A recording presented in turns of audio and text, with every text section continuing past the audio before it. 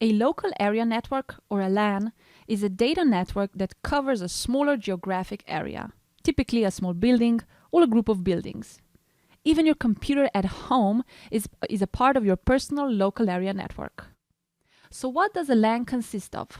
Well, a simple LAN contains two or more computers, at least one switch, servers, and other devices like IP phones, printers, and scanners. And they're all connected together in one network. Devices require a functional power supply, a network medium, meaning cable connectors like RJ45, and proper software. LAN emerged in the late 1960s because of the increased demand of universities and research labs to be connected with a high-speed system. While there have been many types of LAN transports, Ethernet became the favorite one in the early 90s. Since its introduction, Ethernet bandwidth increased from the original 10 megabits per second to 100 gigabits per second in latest core data center switches. A LAN has several benefits. The main benefit? Its simplicity.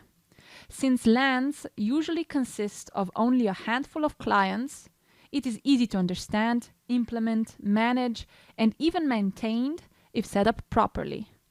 The next advantage is cost. The technology is relatively cheap since it requires a simple infrastructure. Also, it doesn't need a highly trained engineer to maintain it.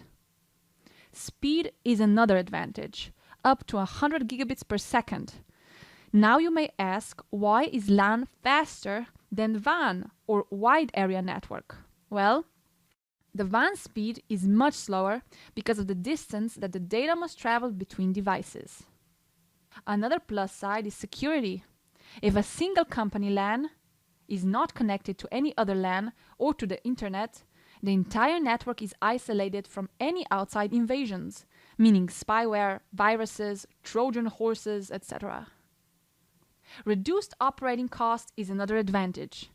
If coworkers share the printers, storage devices, and other office equipment, management doesn't need to buy individual equipment for each worker. Okay, we covered the good side of LAN, but what about its drawbacks? The term local area network already implies its biggest disadvantage. It's local, meaning it is limited to a smaller area. Also, not to mention that the network is only effective as far as you can stretch the Ethernet cable or a Wi-Fi signal. A local area network may accommodate only a few users or even hundreds of them.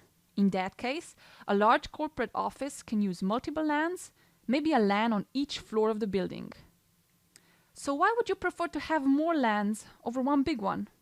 First, you need to understand the term broadcast. Broadcast is a method for message transfer. It means that a device sends a message to all recipients simultaneously. So broadcast traffic is always limited to a LAN. If one device sends a broadcast traffic, all devices in the same LAN will get that traffic. LANs stop the spread of broadcast traffic and divide networks into so-called broadcast domains. When networks scale to a bigger size, this broadcast traffic will waste resources. This is why we always want to limit the size of broadcast domains, in other words, the size of LANs.